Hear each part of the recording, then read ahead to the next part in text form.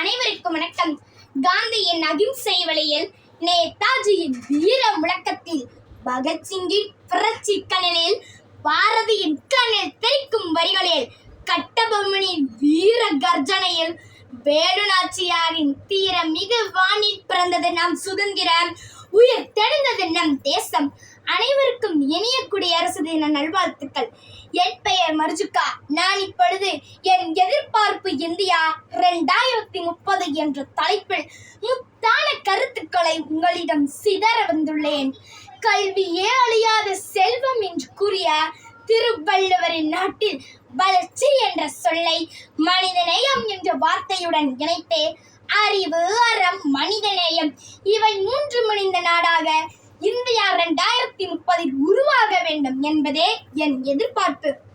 என் India எனக்கு ஒரு நாடு மட்டுமல்ல, அது என் உயிரோடு கலந்த கனவு.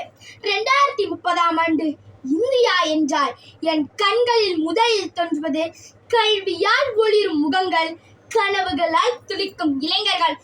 ஏழை பணக்காரன் என எந்த வேறுபாடும் இல்லாமல் ஒவ்வொரு குழந்தைக்கும் கையில் புத்தகம், கண்களின் நம்பிக்கை, ஒழுக்கத்தால் சிறந்த குடிமக்கள் கொண்ட தேசமாக இருக்க வேண்டும் என்பதே என் எதிர்பார்ப்பு. அறிவியல் தொழில்நுட்பம் வளர்ந்தாலும் மனித நேயம் மறையாத நாடாக இருக்க வேண்டும் என்பதே என் எதிர்பார்ப்பு. 2030ஆம் ஆண்டு என் இந்தியா சுத்தமான காற்றை சுவாசிக்கும் பசுமையான மரங்களால் சூழப்பட்ட நாடாக மாற வேண்டும். இயற்கையை நேசிப்போம், மரங்களை காப்போம் என்ற உணர்வே மக்களிடம் வளர வேண்டும். சாலைகளில் தூய்மை, மனிதர்களின் மனதில் ஒழுக்கம், செயல்களில் நேர்மை இருக்க வேண்டும். பெண்கள் பாதுகாப்பாக நடக்கக்கூடிய வீதிகள், விவசாயிகள் சிரித்த முகத்துடன் வாழும் கிராமங்கள், உழைப்புக்கு மதிப்பு கிடைக்கும் நகரங்கள், இவையெல்லாம் என் இந்தியா மீது எனக்குள்ள ஒரு எதிர்பார்ப்பு. மொழிகள் பல இருந்தாலும் மனங்கள் ஒன்று சேர்ந்த தேசமாக இந்தியா உயர வேண்டும். 2030 இந்தியா என்று கூறினால் அரசின் இந்தியா மட்டுமல்ல, எம் இளைஞர்களின் இந்தியா.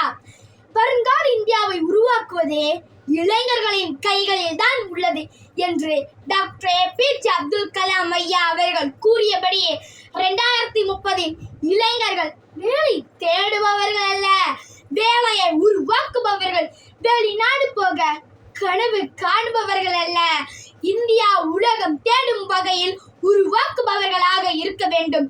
உலகம் வியக்கும் இந்தியாவை உருவாக்குவதே நம் அனைவரின் முயற்சியில் தான் உள்ளது. 2030 இந்தியா நேற்றைய வரலாறும் இல்லை, இன்றைய சவால்களும் இல்லை, நாளைய வெற்றியின் தொடக்கம் என்று கூறி எனது உரையை முடித்துக்கொண்டு விடைபெறுகிறேன். நன்றி, வணக்கம்.